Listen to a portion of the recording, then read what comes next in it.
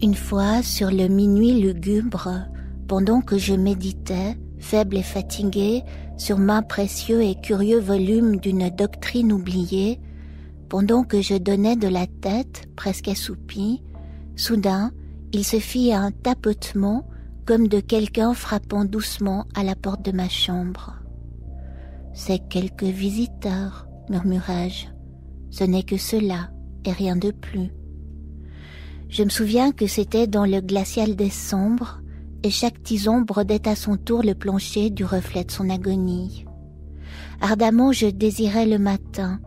En vain m'étais-je efforcé de tirer de mes livres un sursis à ma tristesse pour ma Lénore perdue, pour la précieuse et rayonnante fille que les anges nomment Lénore et qu'ici on ne nommera jamais plus. Le soyeux, triste et vague bruissement des rideaux pourprés me pénétrait, me remplissait de terreur fantastique, si bien qu'enfin, pour apaiser le battement de mon cœur, je me dressais, répétant « C'est quelques visiteurs qui sollicitent l'entrée à la porte de ma chambre. C'est cela même et rien de plus. » Mon âme en ce moment se sentit plus forte. N'hésitant donc pas plus longtemps, je dis « Monsieur ou Madame, en vérité j'implore votre pardon, mais le fait est que je sommeillais et vous êtes venu frapper si doucement à la porte de ma chambre qu'à peine étais-je certain de vous avoir entendu. » Et alors j'ouvris la porte toute grande. Les ténèbres et rien de plus. Scrutant profondément ces ténèbres, je me tins longtemps plein d'étonnement, de crainte, de doute, rêvant des rêves qu'aucun mortel n'a jamais osé rêver, mais le silence ne fut pas troublé et l'immobilité ne donna aucun signe et le seul mot proféré fut un nom chuchoté, Lénore. C'était moi qui le chuchotais et un écho à son tour murmura Lénore. Purement cela et rien de plus.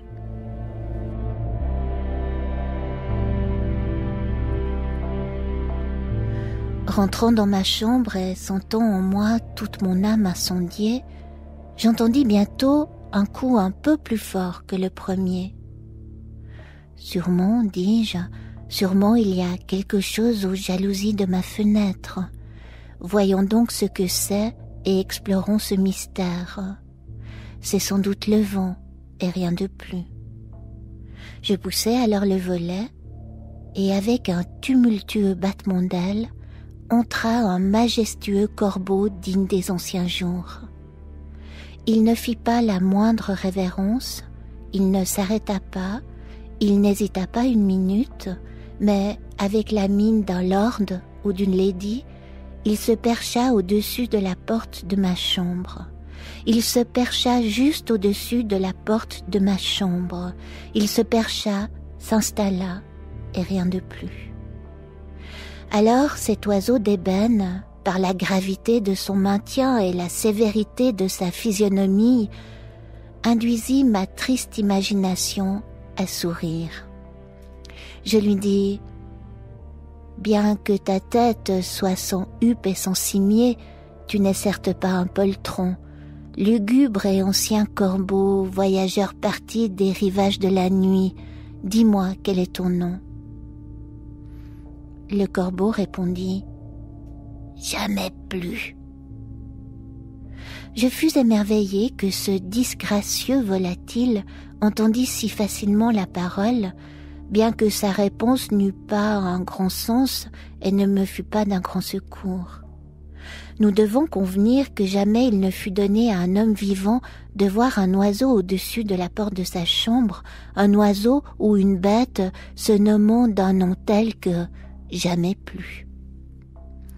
Mais le corbeau, perché solitairement, ne proféra que ce mot unique, comme si dans ce mot unique, il répondait toute son âme. Il ne prononça rien de plus, il ne remua pas une plume, jusqu'à ce que je me prisse à murmurer faiblement « D'autres amis se sont déjà envolés loin de moi, vers le matin.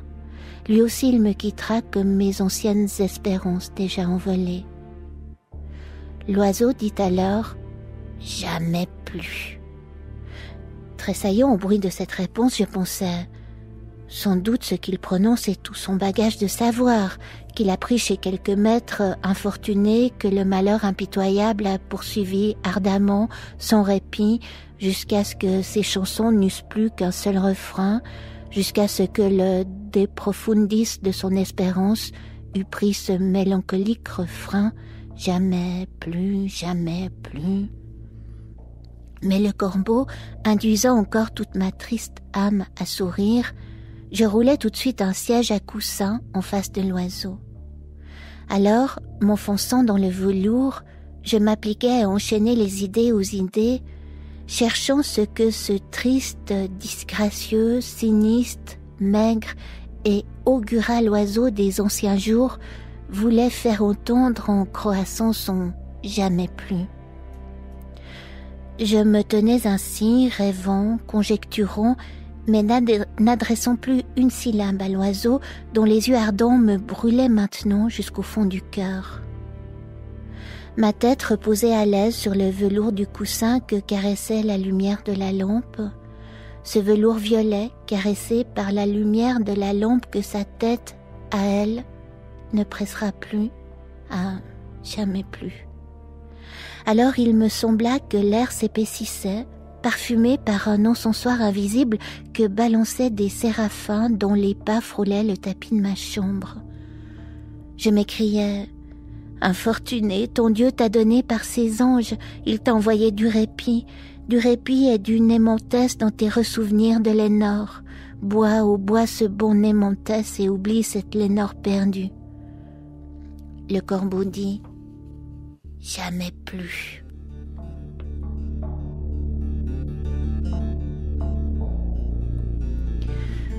Je répondis à mon tour à l'oiseau.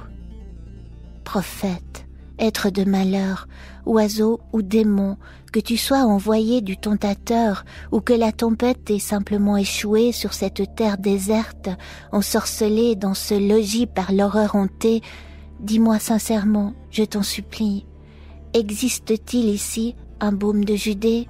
Dis, je t'en supplie. Jamais plus. Prophète, être de malheur, oiseau ou démon, toujours prophète par ce ciel tendu sur nos têtes, par ce Dieu que tous deux nous adorons, dis à cette âme chargée de douleur si, dans le paradis lointain, elle pourra embrasser une fille sainte que les anges nomment Lénore, embrasser une précieuse et rayonnante fille que les anges nomment Lénore.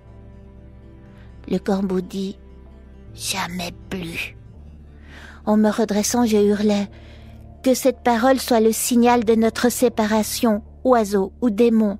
Rentre dans la tempête, retourne au rivage de la nuit plutonienne. Ne laisse pas ici une seule plume noire comme souvenir du mensonge que ton âme a proféré. Laisse ma solitude inviolée, arrache ton bec de mon cœur et précipite ton spectre loin de ma porte. » Le corbeau dit « Jamais plus. »